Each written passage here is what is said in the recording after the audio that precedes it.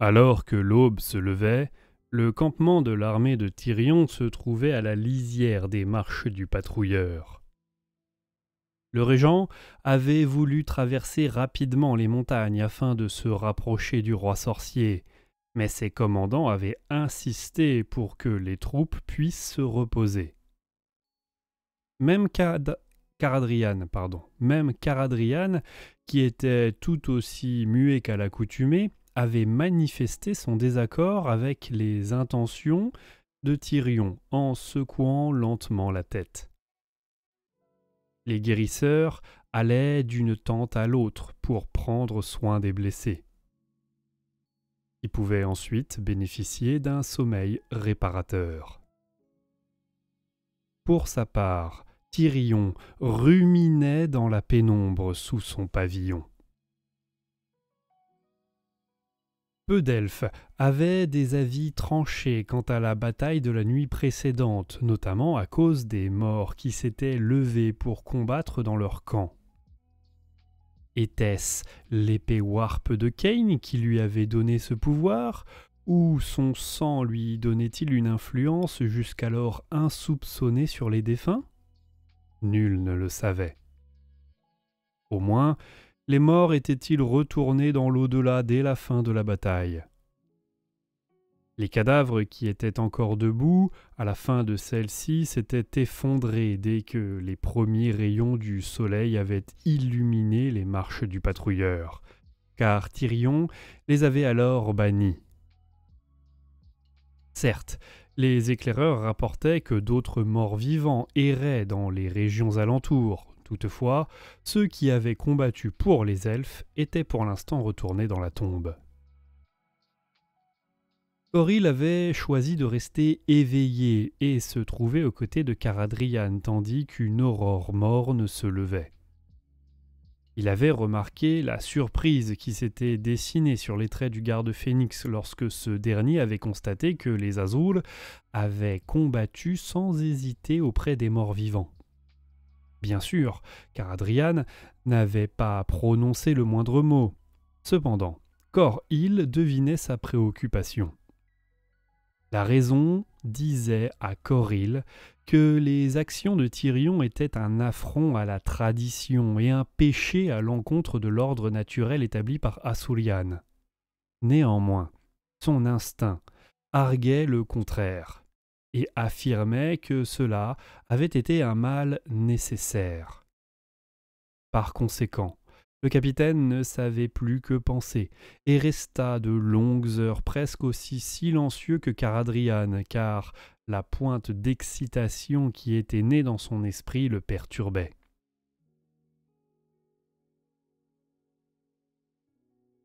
Dès les matines, de rapides côtres volants revinrent du nord afin d'informer Tyrion que, pour l'instant, l'armée de Malékith s'était arrêtée, elle aussi.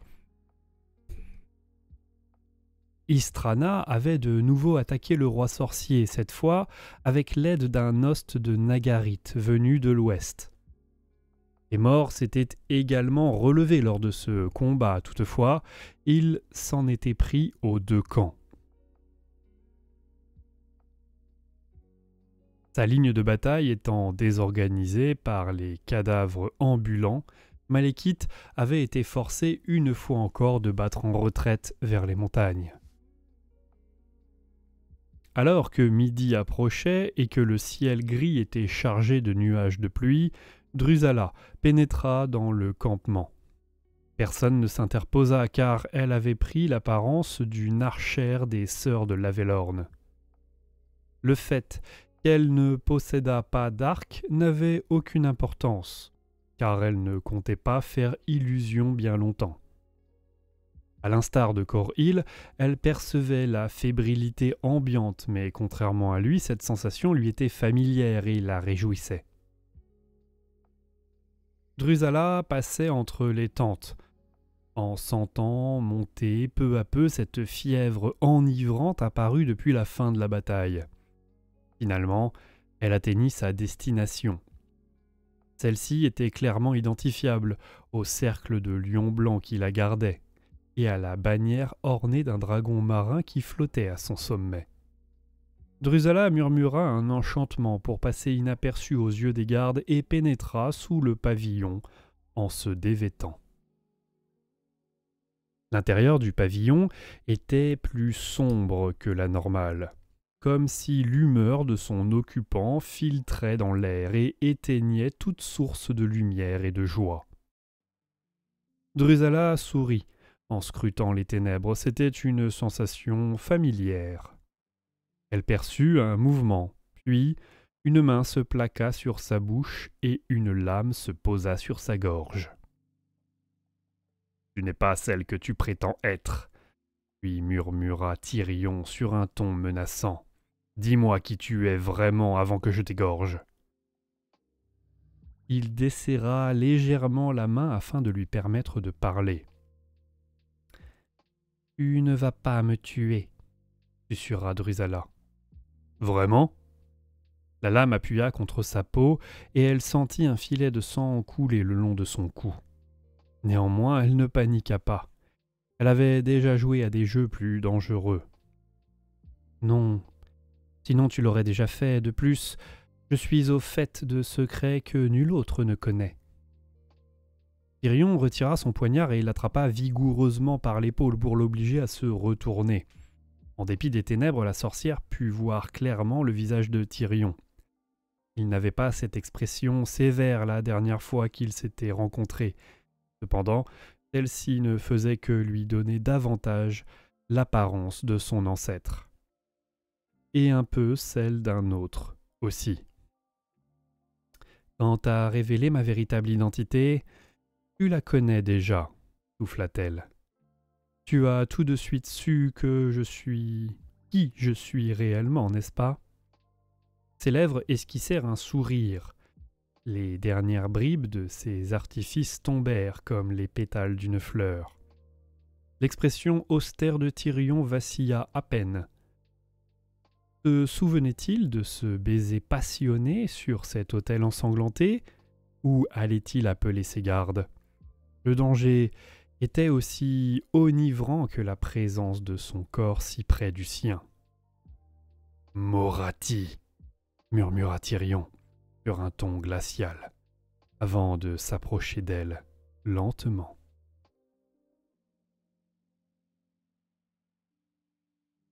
Tyrion n'en ressortit pas avant la fin de l'après-midi. La pluie avait cessé, toutefois, il devint rapidement évident aux yeux de tous que la fin du mauvais temps ne signifiait pas celle de la mauvaise humeur de Tyrion. La présence d'une sublime courtisane aux cheveux noirs à ses côtés ne semblait pas non plus le réjouir particulièrement. Lorsque Cor-Hil répondit à la convocation du régent, il ne reconnut pas cette demoiselle qui se présenta humblement sous le nom de Rysel. De toute façon, Cor-Hil n'osa pas la dévisager. Il savait que Tyrion était l'amant de la reine éternelle, cependant il ne manqua pas de remarquer les gestes et les paroles subjectifs que le prince et la nouvelle venue échangeaient discrètement. À la grande surprise de Cor-Hil, Tyrion n'ordonna pas que l'armée se mette en marche, mais demanda qu'on trouve Théclis et qu'il se présente. Cela surprit les officiers, d'autant plus que la voix de Tyrion trahissait une colère que nul n'avait jamais entendue à l'encontre de son frère. Les mages s'empressèrent d'obéir et envoyèrent des esprits élémentaires en tant que messagers sur les vents de magie. Au crépuscule, un coursier d'ombre tourbillonnante et chevauché par Théclis apparut au nord. Cor-Hil accueillit le maître du savoir et le guida jusqu'au cercle de pierre en ruine d'Aladra, à quelques milles à l'est du campement. Alors qu'il cheminait, Cor-Hil parla à Théclis de la bataille des marches du patrouilleur et fut surpris en constatant le manque d'étonnement du mage. Cependant, Cor-Hil aurait dû être interloqué par quelque chose d'encore plus troublant. En dépit de sa volonté d'aborder le sujet, il fut incapable de parler à Théclis de Rysel, pas plus qu'il n'était en mesure de se souvenir du visage de la courtisane. Lorsqu'ils arrivèrent enfin aux pierres érodées d'Aladra, Théclis était épuisé. Les frondaisons de la forêt d'Éther apparaissaient à l'est. Ce lieu oublié se faisait l'écho d'atmosphères ambiantes. Le cercle de statues avait presque totalement disparu et seule l'effigie de Cain défiait encore les éléments. Quant au cercle de pierre intérieur, il était en tout aussi mauvais état, et les quelques statues encore debout étaient recouvertes de lierre. Seule, la sculpture d'Asoulian, avec son visage masqué, se tenait fière et intacte. Tyrion se trouvait dans l'ombre du Créateur, ses deux épées au fourreau, et enlacées par Rizel. Coril ne savait pas pourquoi Tyrion avait choisi Aladra pour cette rencontre et ne comprit pas ce que signifiait le sourire triste qui passa fugacement sur le visage de Théclis. Coril se trouvait là, sur ordre de son régent, et n'avait pas anticipé ce qui allait se passer. Lorsque Théclis approcha, Tyrion se libéra délicatement de Rizel et le salua sèchement. Les jumeaux s'observèrent en silence pendant quelques instants, comme s'ils savaient précisément ce qui allait se passer, sans toutefois le vouloir. Pendant une seconde, Coril crut qu'Asoulian observait la scène, la balance du jugement oscillant doucement au gré de pensées des jumeaux. Ce fut finalement Tyrion qui brisa le silence. Il parla avec colère, en pointant son frère du doigt. Il l'accusa de trahison, d'avoir comploté la mort de Finubar avec Malekith avant de l'aider dans sa guerre. Malgré tout, il semblait disposé à écouter ce que Théclis avait à dire pour sa défense. Coril comprenait le dilemme du prince. Néanmoins, quand Théclis parla, il ne fit que confirmer les dires de son frère. En cet instant, les certitudes de Coril s'envolèrent car il réalisa enfin l'ampleur de la traîtrise de Théclis. Il ne remarqua pas le regard pénétrant de Rizel, qui observait toute la scène avec attention et buvait les paroles des jumeaux comme s'il s'agissait d'un vin capiteux. Quand Théclis eut terminé, Tyrion le gifla avec son lourd gantelet.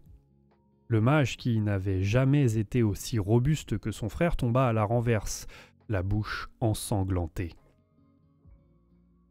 Théclis se releva péniblement en s'appuyant sur son bâton. Sa bouche le faisait souffrir, comme si on avait planté des aiguilles à l'intérieur de ses joues. Il avait hésité avant d'accepter de rencontrer son frère. Cependant, il savait au fond de son cœur que ce dernier méritait de savoir la vérité. « Et Aliatra ?» demanda Tyrion en dégainant Croc du Soleil et en posant sa pointe, contre la gorge de Théclis. « Sa mort faisait-elle partie de ton plan ? Si tu ne m'avais pas dissuadé de la secourir, peut-être vivrait-elle encore. » Théclis cracha du sang, et la douleur revint de plus belle. Même dans sa position délicate, le mage pouvait déclencher au moins une dizaine de sorts différents capables d'inverser la situation, voire de tuer son frère sur le coup. Il avait immédiatement reconnu Moratti, malgré son déguisement, et sentait qu'il pouvait balayer aisément ses abjurations. Malgré tout, il se refusait à blesser son frère, même si son hésitation devait lui coûter la vie. « Je suis désolé. C'était une nécessité, dit-il calmement. Le sort qu'il prononça passa inaperçu, noyé dans le cri de rage primale de son frère. Celui-ci brandit son épée. Cependant, le coursier de ténèbres de Théclis s'élançait déjà. La bête magique passa entre les jumeaux en un battement de cœur, et tandis que Croc du Soleil s'abattait, Théclis saisit la bride argentée et fut emmené dans la pénombre du crépuscule naissant. Derrière lui, Tyrion enrageait, condamné à voir son frère fuir face au juste châtiment qu'il était sur le point de lui affliger.